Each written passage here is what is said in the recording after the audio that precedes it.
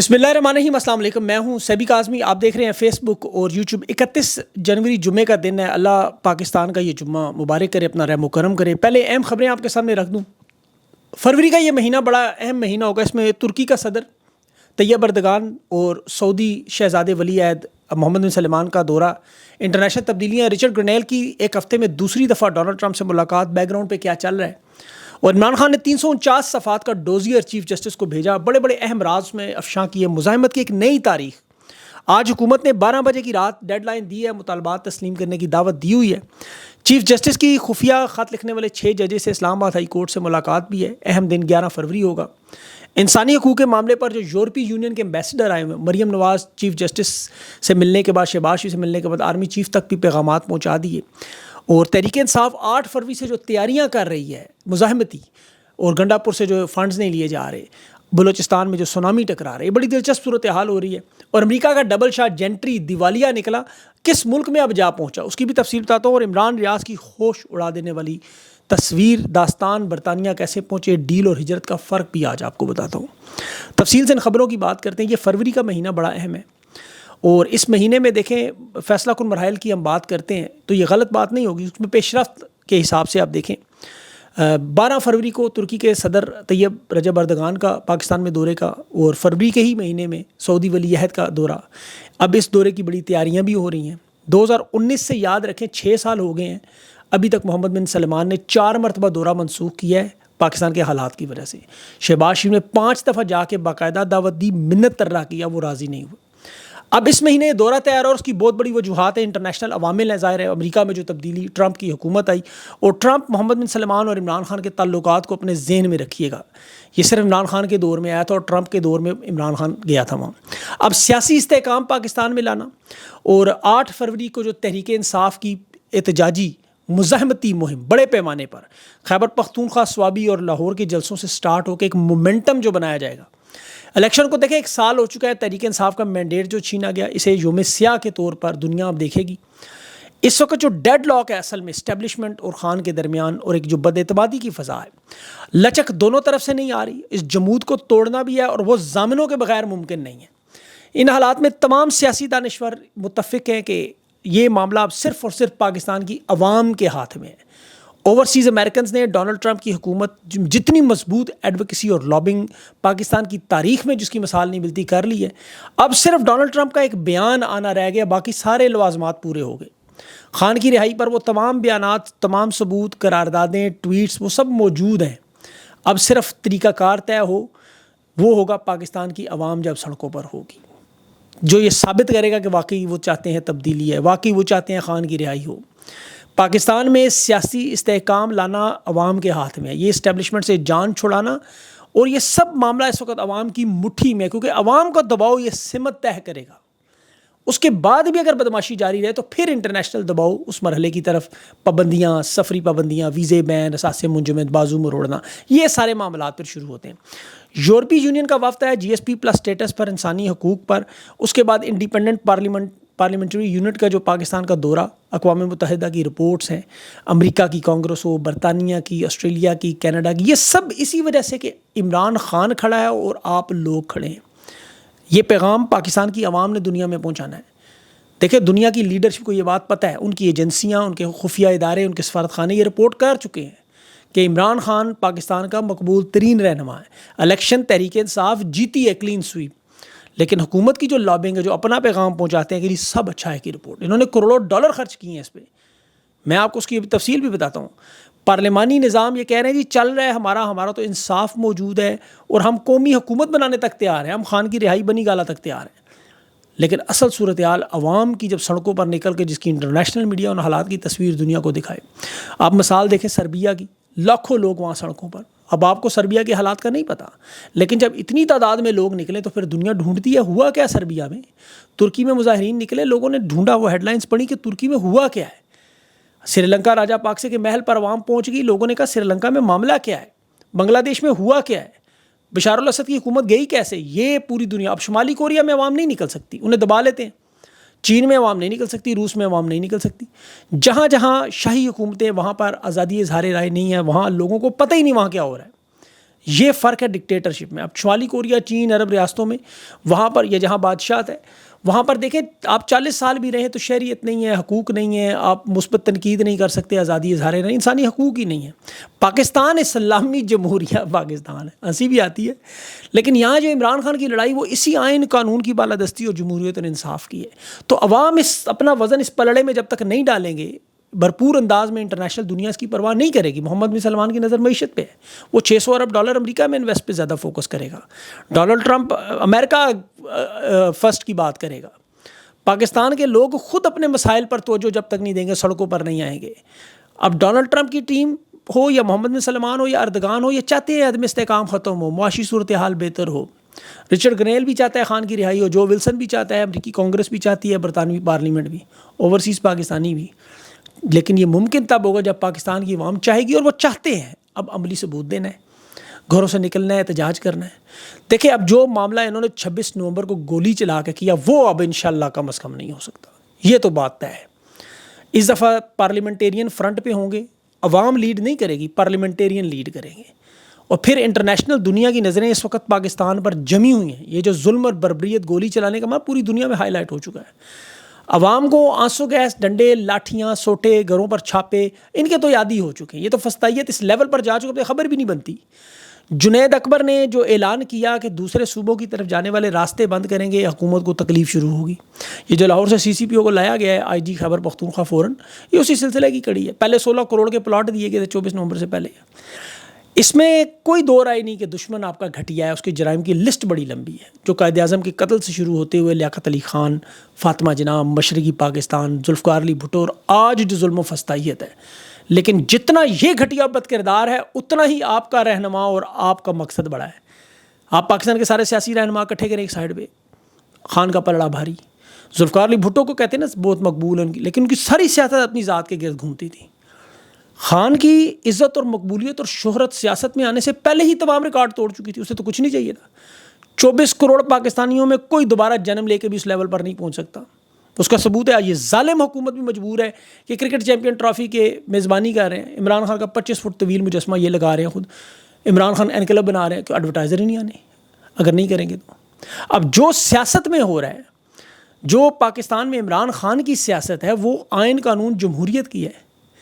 اب جو قربانیاں کسی رہنما سے توقع کی جائیں وہ بھی خان نے دے دی. 3 مرتبہ اسپتال میں زندگی اور موت کی کشمکش میں عمران خان نے گزارا.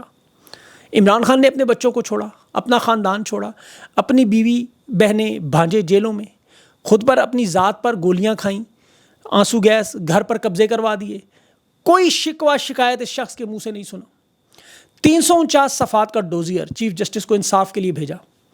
چند لائنیں ہیں اس میں، اپنے صرف چند لائنیں، ایک صفحہ بھی پورا نہیں ہے. اور وہ چند لائنیں ہی اتنی دردناک ہیں کہ 8x10 کے چھوٹے سے قید خانے میں 3 اکتوبر سے 24 اکتوبر تک بند کر کے باہر نکلنے کی اجازت نہیں. سورج کی روشنی نہیں دیکھنے دیتے. کھانا ایسا دیں کہ اس کے بعد الٹیاں. تمام بنیادی سہولتیں چھین لی. جو بڑے سے بڑے دہشت گرد جو سروں سے فٹ بال کھیلتے رہے انہیں بھی حاصل ہے، عمران خان کو حاصل نہیں. یہ 349 صفحات میں یہ چند لائنیں لکھی ہوئی ہیں. باقی وہ سارا ڈوزیئر کس کے بارے میں؟ کارکنوں کے، ورکرز کے، رہنماؤں کے، پاکستان کی عوام کے، ایک ایک کارکن کے زخمی ہونے سے لے کے گولی تک، شہادت تک، ان کے خاندان میں، سوشل میڈیا ایکٹیوسٹ کے، صحافیوں کے، شاعروں کے، ایک ایک شخص کی خان نے اس میں تفصیل لکھی ہے. 26 نومبر کے قتل عام کے بارے میں لکھا ہے، 8 فروری کے الیکشن کا لکھا ہے، 9 مئی کا لکھا ہے. جو اپریل 2022 سے شروع ہوا معاملہ، 12,000 گھر تباہ ہوئے. ہر صوبے میں ایسا ایسا زخم لگایا، بھرنے میں دہائیاں لگیں گی. ارشد شریف کی شہادت سے لے کے عمران ریاض تک ہوتے ہوئے مظالم، تحریک انصاف کے پاکستان کی بچے، بزرگ، خواتین، معذور، فسطائیت کی تاریخ خان نے 349 صفحوں میں بند کر دی. یہ تاریخ بن گئی ہے. سیکورٹی اداروں کے کردار کا لکھ دیا ہے، فسطائیت اور ظلم کا، کہ یہ امن و امان کے وارث تھے. لیکن جب سے یہ آئے ہیں ہو کیا رہا ہے آپ دیکھیں. جب سے یہ نئی اسٹیبلشمنٹ آئی 2 سے 3 فوجی جہاں بحق ہو رہے ہیں، 30 کے قریب پاکستانی، عام پاکستانی شہید ہو رہے ہیں. محتاط اندازہ 1500 کے قریب تو فوجی جہاں بحق ہو چکے ہیں.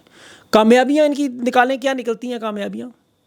کہ ہم نے ٹڈی دل پر وہاں سپرے کر دیا، 16 لاکھ ایکڑ زرعی زمین پر قبضہ کر لیا، ہم نے DHA بنا دیے، کاروبار کر لیا، دلیا سیمنٹ بنا دیا، وزیرستان کے جنگ زدہ علاقوں میں چلغوزوں کی فارمنگ کر دی. بھائی یہ کامیابی ہے. بھنگ کنٹرول کی اتھارٹی بنا دی، بارڈر تیل کی اسمگلنگ میں اضافہ ہو گیا کامیابی، اور تو اور ملٹری عدالتوں میں سویلینز کے ٹرائل کو کامیابی، اور تحریک انصاف کے لوگوں کو روزانہ کی بنیاد پر مار پیٹ، گھروں میں چھاپے، اسے کامیابی تصور کیا جاتا ہے۔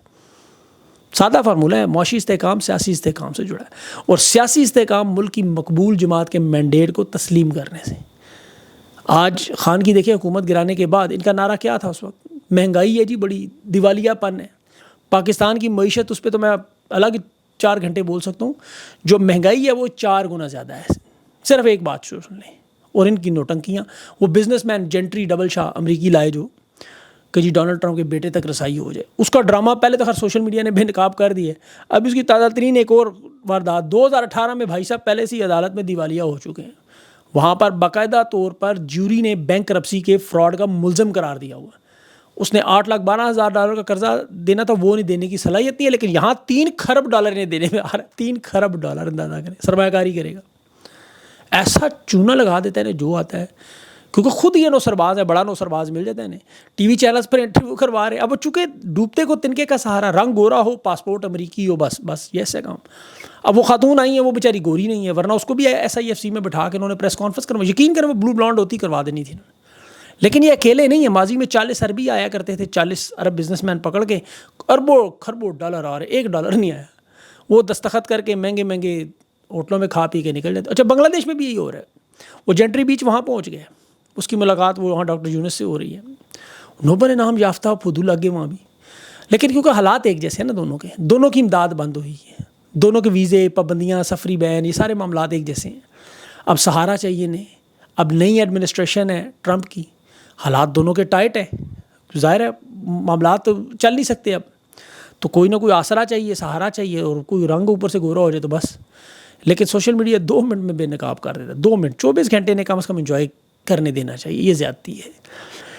ملٹری عدالتوں میں ایک بڑا معاملہ میں کیس دیکھا، جسٹس امین الدین خان، ان کے ساتھ 4-5 جج اور بھی ہیں جو سن رہے ہیں، خواجہ احمد حسن نے بڑے زبردست آج دلال دی، آج اس آرمی ایکٹ کو اڑا کے رکھ دیا۔ 21D کی جو کالعدم شک تھی، اس میں کالعدم قرار دینے کا کہا کہ سویلین ٹرائل، دیکھیں اس میں آرمی پبلک اسکول مہران بیس کا حملہ، اسے اس معاملات سے جوڑنے کی کوشش کی، یہ ایک جیسا معاملہ ہے۔ وہ جج پوچھ رہا ہے کیسے، ایک میں سویلین بچے مارے گئے، اربوں ڈالر کے طیارے تباہ ہوئے، دوسرے میں 4 دیواریں مجسمے ٹوٹے، ایک بندہ بھی نہیں مرا۔